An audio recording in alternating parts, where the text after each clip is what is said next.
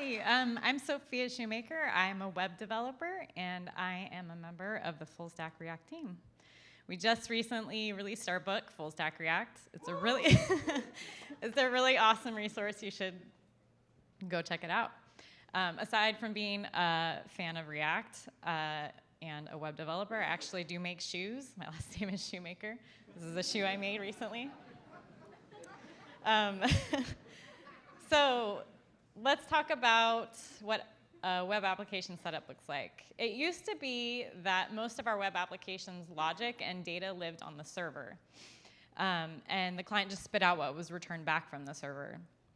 And now because of JavaScript frameworks like React, the client contains a lot more of the logic, and the server returns back basic data that the client-side application can use.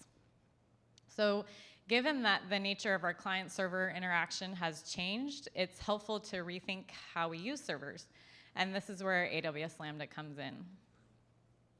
So what are some common tasks in a traditional server setup? Monitoring, load balancing, scaling up and down, different environments. With Lambda, you write the code, but you're no longer concerned with the machine the code is executed on. It's a completely hands-off approach. So a lot of these tasks can either be minimized or even eliminated. So what is AWS Lambda? The basic idea is you write a function, upload it to Lambda, and it will execute it for you in response to events like an HTTP request, an S3 object upload. There's a variety of different ways that a Lambda function can get triggered. So Lambda is serverless, and you might have heard the term used in connection with Lambda. Serverless doesn't mean there's no servers. It just means you don't manage the servers your backend code runs on. You only pay for the time that the code runs. And then the current languages that are supported for AWS Lambda are JavaScript, Python, and Java. So a way I typically use Lambda is I'll upload all of my assets, JavaScript, HTML, CSS, to S3, and then configure the S3 bucket for static web posting. And then in order to use Lambda as the backend, I need to use another service called API Gateway to create an HTTP endpoint. So anytime a client hits that endpoint, my Lambda function gets triggered. So there's a great tool out there. It's called Serverless. It goes hand in hand with Create React App. So just like Create React App gets your React application up and running, Serverless is a similar tool in that it will help you get up and running with Lambda. So let's build a little application with Serverless and React. So this little application, when you hit the Update Name button, did that work? Oh, yeah. It'll change Hello World to Hello Sophia. So this React application on the front end makes a request to an HTTP endpoint that triggers a Lambda, and that Lambda function returns my name, Sophia. So to get started using serverless, you'll have to download their command line tool, and then you'll run this command that will generate 2 files. And this is setting up a node environment, this command. So the first one of the files that gets generated is this config file. And you'll notice under the function section, there's an event section. So like I mentioned before, Lambda functions can get triggered by a variety of different ways.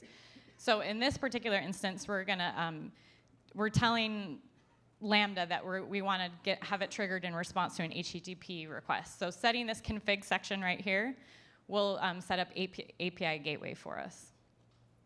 And then the other file that gets generated is this handler.js file. And this file right here is the actual Lambda function itself. In this case, I'm returning a response with a key name and value Sophia. And then this callback function on line 15 is the function we need to call to return a response back. And then finally, So one last thing. In order to upload our function to Lambda, we need to run the serverless deploy command. So you see towards the bottom of the screen, there's a endpoints key, and this is the HTTP endpoint we'll use on the client side, on our React side, to make requests to our Lambda function. And then here is what our React app looks like. In the render function, we have a button that when the user clicks clicks the button, the update name function gets triggered.